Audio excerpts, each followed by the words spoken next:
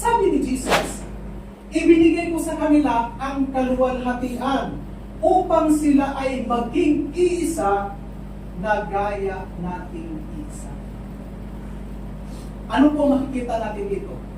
Merong purpose si Jesus.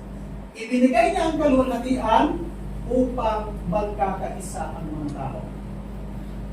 Ano yung kaluwalhatian ngayon? Mamaya makikita natin yan. But this time, haluan po natin ito na pagdiriin sa talatang ito para ipakita kung sino ang ating Panginoong Hesus.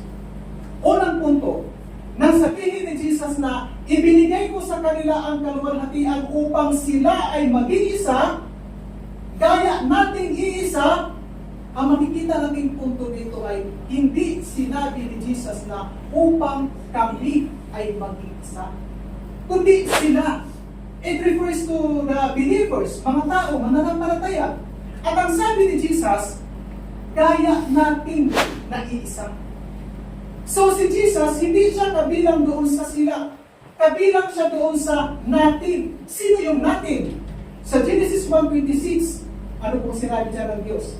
Ngayon, likhain natin ang tao ayon sa ating walis.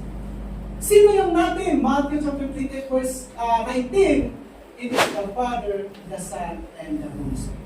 Sa madaling salita, ginawang modelo, ginawang standard ni Jesus ang pagkakaisa nila sa Ama at ng Banal na Espiritu na dapat gayahin ng mga tao.